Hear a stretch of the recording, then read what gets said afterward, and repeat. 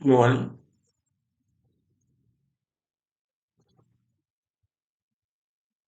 This is MUSAU, Matt Jr.,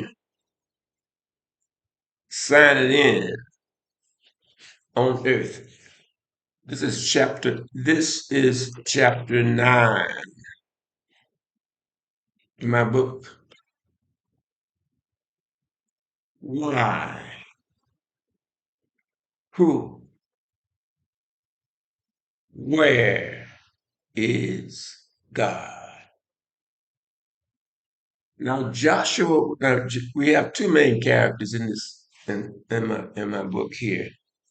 Joshua, who was a Jew, and Kareem, who was a Palestinian. Besides my going into the minds of my two main characters, I give a background of each. I deal with the psychological issue, and I deal with a sociological issue. The sociological issue deal with their interactions with the society of which they are exist in or a part. Now, Joshua the Jew, I had an experience. Uh, he had an experience with Helen. He met a lady in South Africa. Her name was Helen.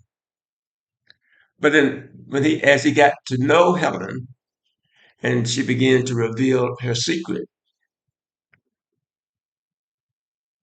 his life, well, I guess his view of life changed significantly.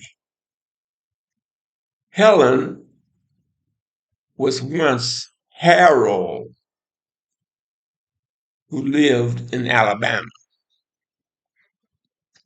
Helen was once Harold, and Helen had a sex change. This was just an influence of an individual who Joshua had known in his past prior to the war, where he had become an Israelite sniper. So I'm reading from chapter 9 of my book. Helen would not hurt him, provided that he satisfied her needs. However, the need had already been broached. Joshua had his honest, but the thoughts of coitus with her had become repugnant and lewd. Helen drove him back to her house. Joshua hesitated for a short while. Then he got out of the car. He walked swiftly to the house and entered. He sat on the love seat in the hallway and waited for her. When Helen came into the house, she saw him sitting and waiting. An obvious perturbation was affixed to his face, and he gazed at the carpet on the floor. So she said, I don't know, Joshua said. Well, she countered, I'm not in the mood. Put yourself in the mood. I need it now. Josh, I just don't feel like it right now.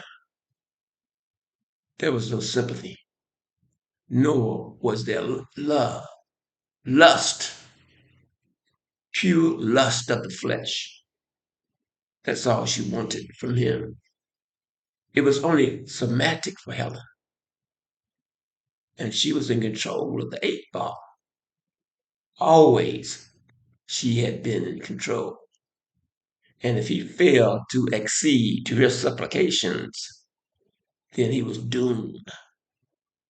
He had called her a freak, but she had let it pass, only for him to offer his exculpation. This could only be deposed by what he would do for her to saturate her somatic needs.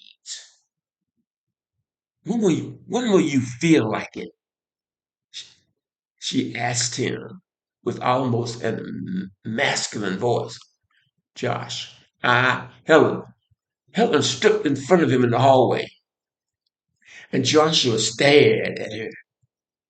She was so perfectly formed in this body, this feminine body, so perfect in her disguise. Look, she ordered. She pointed to her breasts. Silicone implants, she said. Then she pointed between her legs. Castration. Joshua was offended and humiliated, but she had the upper hand. The revelation she'd made only instilled a sterner sentiment, which prompted him to desire her, to flee from her, even to kill her. I have, I have had enough, Joshua said. Enough? Enough? I have not. I want some more, and you will give it to me. You must. Resentment grew in Joshua's heart. He was dumbstruck. He could not budge. He did not desire to speak. He had to get away. How would he do it? I can't, Josh sighed. You did it before. Not now, please. Buddy, you have a problem. You had better start thinking. Josh said, You are a man. No, dear, said Helen. I am a woman. I used to be a man. Soon she was standing right in front of him, stark naked. He remained petrified in the love seat, perspiring and cursing her in his thoughts. Suckle them. She pushed one of her breasts into his face and she grabbed him by his head. This feminine masterpiece had provoked him. Although he wanted to resist, he could not, because it was her flesh to his flesh which aroused him. She was upon him and he submitted to her mandate. He sat while she continued in her assault. Her breasts were so soft, her skin was so delicate, and the perfume she wore smelled so much like a woman. Helen was so much like a woman. He sucked as she ordered. His hands could not stay still, because as he sat with her nipple in his mouth, his hands moved to touch her narrow waist, to stroke her smooth thighs, and then he began to pull at her. But Helen pulled harder. They were both on the carpeted floor, and she was so soft. Joshua felt himself erect, and he felt her hand dance in the area of his male genitalia. She began to pull his pants down, and he felt the heat, and he tasted her sweat as he felt her hands massage his phallus. He could not resist, although he desired to. He could not object, because then he did not have the power to. Her hands were under his shirt, and her body was beneath him.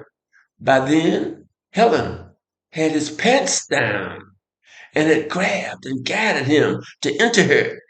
And Joshua did enter her, but her vagina was tight and abrasive.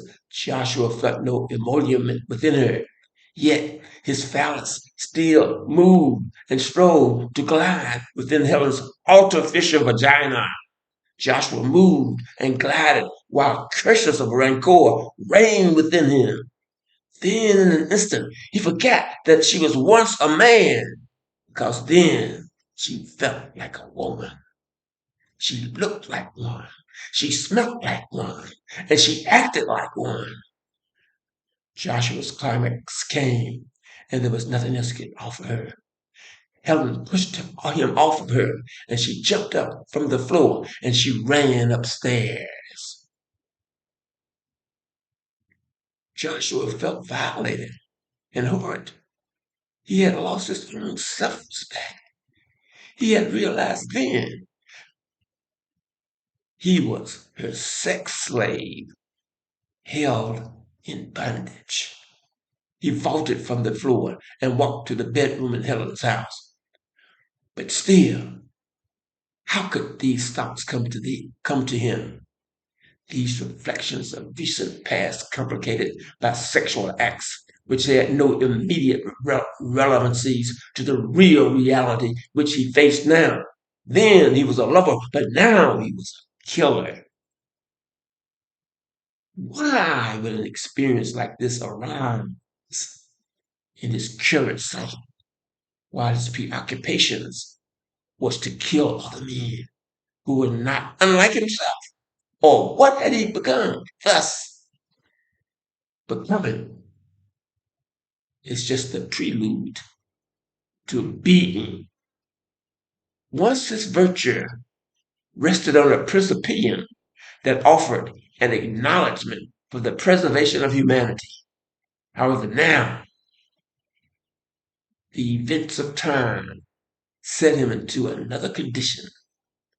This condition conditioned that he kills other members of his species. So, God must have ordained mayhem and bloodshed.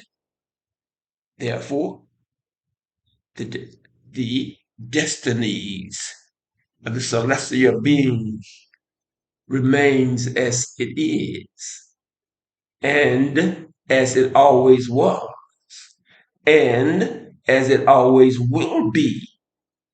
There's love, but there's hate. Ironically, each defines the other. There's the time for love, but there's also time for war. That's part of chapter 9 in my book. Joshua, this is prior to the war between the Palestinians and Israel. This is shortly after Ruth had died, his wife, and he meets her in South Africa,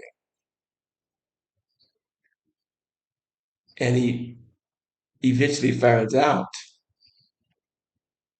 that Helen was once a man who had a sex change. Why? Who? Where is God? Chapter 9. So this is MUSAU, MattmeachamJR, signing off on Earth.